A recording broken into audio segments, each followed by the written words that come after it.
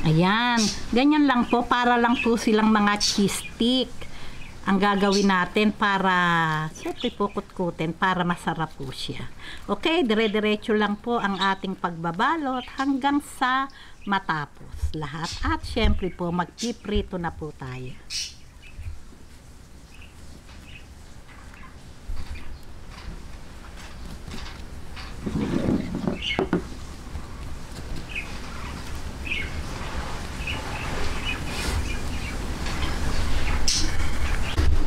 Ayan, ngayon nagpainit na po tayo ng mantika.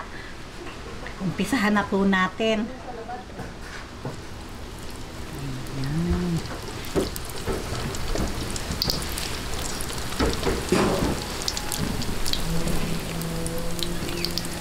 Ayan, napakadali lang pong gawin.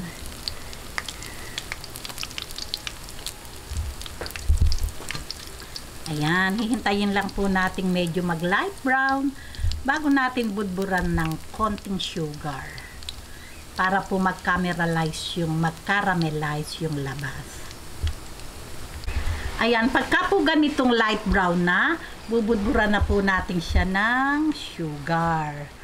Ayan, at hihintayin lang po nating mag-caramelize yung ating inilagay na sugar. Okay.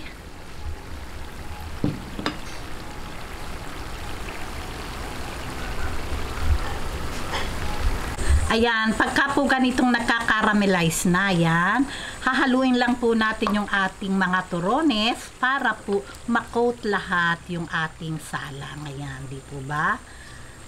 Ayan, ganyan lang, halu-haluin lang po natin.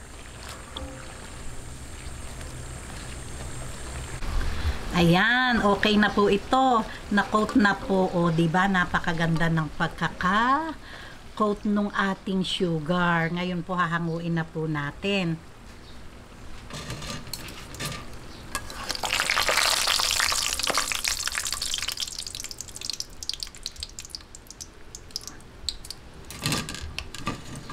Ayan.